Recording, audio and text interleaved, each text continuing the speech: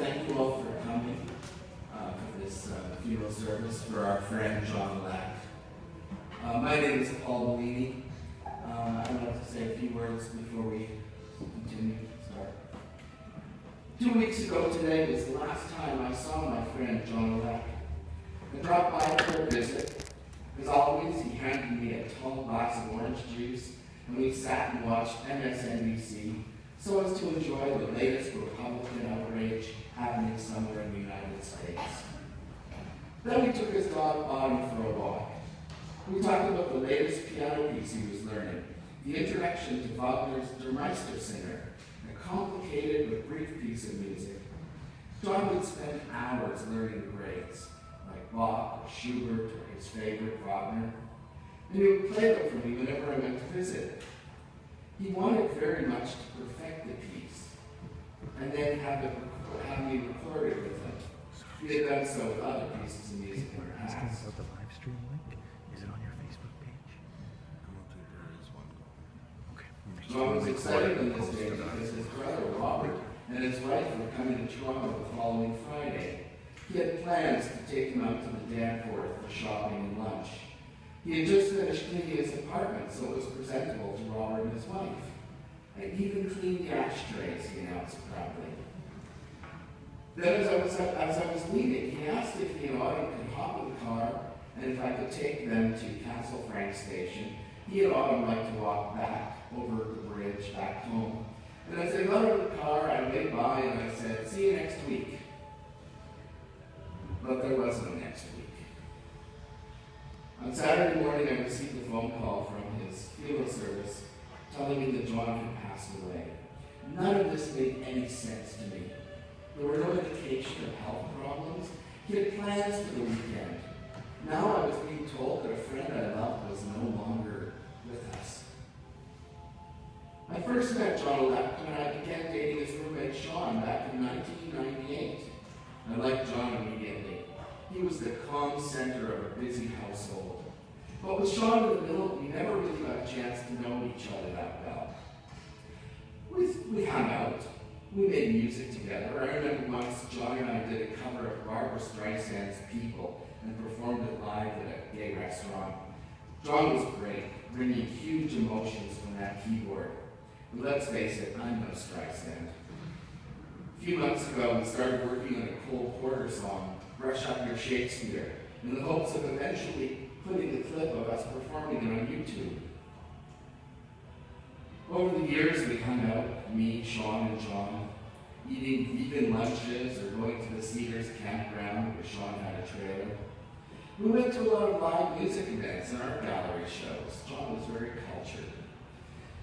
I was fascinated that John had been one of the core group that made up Pink Triangle Press. He used to downplay his involvement and said all he did was some typesetting. But a few days ago, I checked the archives and found that John had written several articles for the Body Politic in the early 80s, with titles like The Hetero Hanky Code, Ways Straights Convey Their Sexual Tastes, and Fruit Cocktail, A Celebration of Gayness. John was an avid reader, endlessly curious, and we always had a lot to talk about. We recently had a conversation about the 60s sexism on display in one of his favorite novels, Stranger in a Strange Land. And later, we watched a recent production of The King and I that he had taken off PBS for me, knowing that I had been in the high school production of that show. Sometimes when we were alone, John and I would talk about Sean. The two of them grew very close when their mutual friend Stephen Dunn passed away in the early 90s. If I remember the story correctly, Sean told me that on his deathbed, Stephen had asked John to take care of Sean. And John, never going to shirk his obligation, invited Sean to be his roommate. They lived together for about 30 years. There were times when Sean and I had problems with each other, and always, one or both of us would turn to John for advice and comfort. After 3 years, Sean and I ended our relationship, but we remained friends, and John was instrumental in smoothing over that transition. The three of us continued to be buddies for the next 2 decades. Then in March of 2019, Sean passed away from cancer. I was concerned about John worried that he might be lonely or overwhelmed with tasks. So I made a point of making regular visits there 3 or 4 times a month. I'd come over and we'd make fun of the Republicans. We had a fierce debate over Don Jr. I thought he looked good with his beard. John thought he was repulsive regardless. But we loved anything to do with Melania or Ivanka, be it their crazy outfits or their lame attempts at charity work. We also loved talking about Leona Helmsley. I guess we really enjoyed crazy rich ladies. My point is, John loved to laugh. And I got so used to hearing John's laugh, this hearty baritone chuckle. John had a lovely personality, and I mean that. I never once in 23 years saw him angry or bitter or sarcastic. It just wasn't in him. The worst it got was maybe a pursed-lipped scowl of disapproval, and I saw that rarely. He was a live and let live kind of guy, the type we need more in this world. And now we have one less. John Allec, wherever you are, please rest assured that everything will be taken care of, and that your music and your memory will live on in our hearts forever. Amen. I would now like to introduce John's sister, Edith, to come and say a few words about John's early life and family life. Edith.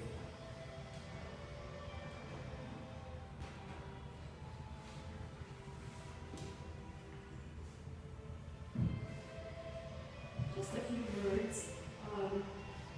When we grew up, we knew him as T-Jean, which translated to Little John. I've never ever called him John in my life. John would be humbly embarrassed to hear all the words he used to describe him. Kind, patient, compassionate, caring, and loving. John was not interested in material objects as long as he had his piano, his dog Autumn, and his music. For a long time, he did not have a watch or a cell phone. I asked him about how he would tell time if he was walking about, walking the dog or just around town. He replied, "I just walk around until I see a clock." That was so much what John was like. We received a lot of calls, texts, and emails from people who will miss him. This includes John's Newfoundland family. Carol writes for Newfoundland. "We are heartbroken that John passed. We are thinking about you all at this sad time." When John was growing up, there were a lot of stories, too many to tell. The family wants to thank Paul for helping us through this process. And many thanks to Marie for making us feel at home during our stay. For the friendship, the meals, the errands. Marie used to cook for John how many times a week? 3 times a week. And her name is Marie Allen, Allan, and John is John Allec. So he wanted to call her Mrs. Allec. And then from Manitoba this morning, Romeo sent us a mustache kiss. So a mustache kiss back to you, Romeo. And many family members wanted to be here. They are here in spirit, and John is in our hearts.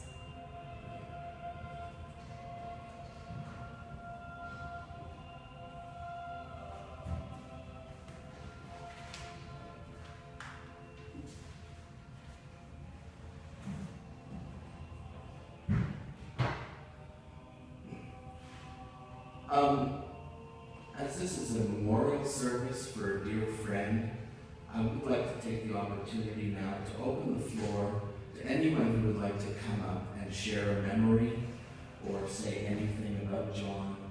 I know that a lot of his work colleagues are here, as well as many of his closest friends. So I'm just going to leave the the podium open for a few minutes should anyone want to come up and share a memory.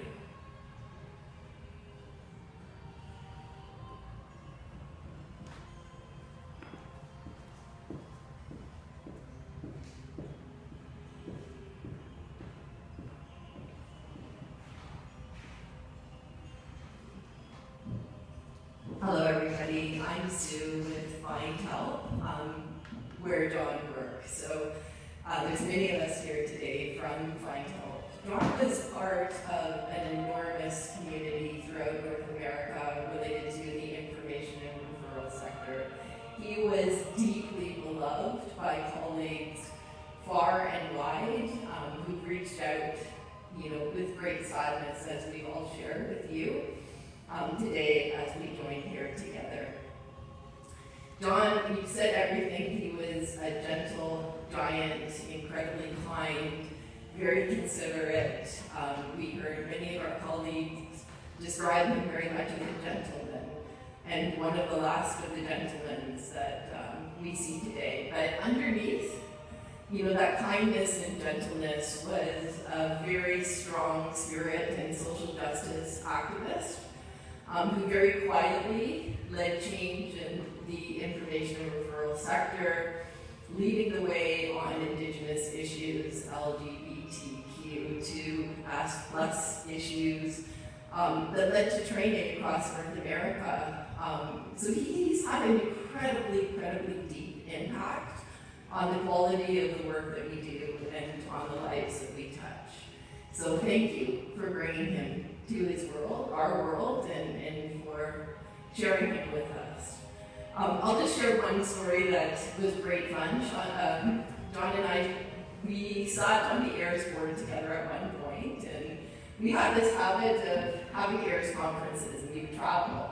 Many of us have traveled together across North America to different venues, and as a Canadian contingent, there's always about 15, 20 of us from Canada going to the US for these conferences, and we would have a party. So the first night, we would have a bit of a Canadian party, and we would get to use the best room that the AIRS board got. And so one time, John and I walked into that room in preparation for the party that we were going to host that night, and it was a room about as big as this space here, with a massive grand piano. And so John and I looked at each other, and he said, I don't think people know that I sing. They might know that I play the piano, but people don't know. So we set up a bit of a coup that night, and we had everybody join around the piano, and John was going to play O Canada. And so he started to play, and then he started to belt out just the most incredible operatic version of O Canada I've ever heard, and just brought everybody to their knees. That is the soul that was within John. For such a quiet, kind, gentle man, there was this strong soul and spirit that we were so privileged, to get to know. We will all miss him deeply.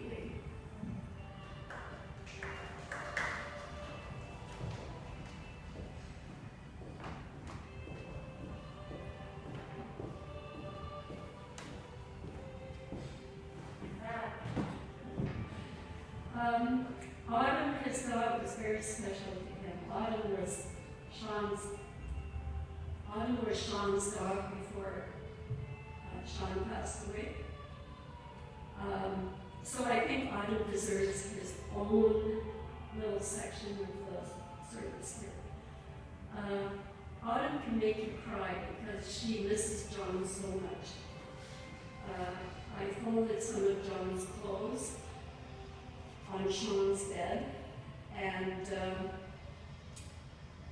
Autumn was sleeping with me the other nights, but last night I just brought her to the room where the clothes were all folded up on Sean's bed, and I lay on the bed with her for a while.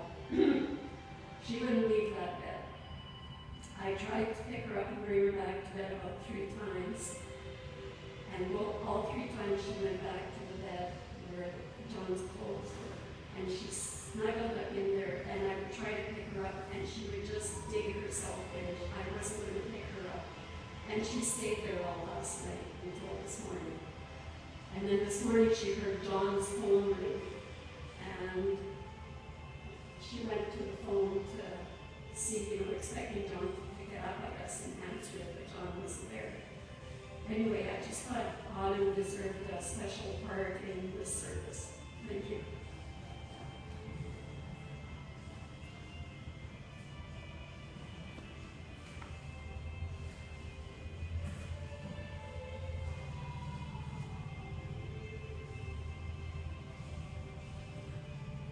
Is there anyone else who would like to share?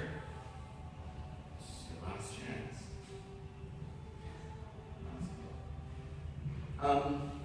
This has obviously been a very hard 10 days for some of us. And I don't think I could have got through it without the help of John's sister Edith, who came from Manitoba to help and has been wonderful in helping me, particularly with this last week and a half. And with John's nephew Patrick, who is also here. And again, thank you, Patrick. Thank you, Edith. And a special thank you to Marie Allen, who has done so much. She did so much for John when he was alive, preparing him meals and taking care of Autumn when John was busy at work, and just being a friendly face in the building, a good friend. And I cannot express enough my gratitude to all three of them, and to all of you for coming today. This has been a very difficult time. None of us were expecting John to pass, and it's been utterly confusing and very difficult. It still seems incredibly unreal to me. It's not something I can even really wrap my head around at this point. But we have no choice but to move on and to honor John's wishes. So thank you to all of you. Edith and Patrick and I would like to invite everyone to join us afterwards in John's apartment at 50 Cambridge, Suite 1911. We would love for you to come and have a drink and remember John with us and be in his home for the last time before we have to dismantle it. And to say goodbye to Autumn, who will be moving to Newfoundland to live with Sean's sister, Judy King. We're going to miss Autumn a lot. We're going to miss John more. John was a good friend, was great company, and his passing has been very tragic, to be perfectly honest. So I don't know what else to say, except if you need directions to his apartment, talk to Edith, Patrick, or myself afterwards. And thank you all for coming here and sharing in our memorial for the life of John Allec, John Robert Allec. It's funny, he never used his middle name around me, so I didn't even know what it was. And all I can say is, even though he was not a religious person, I'm glad we're gathered in a church so we can all say Amen.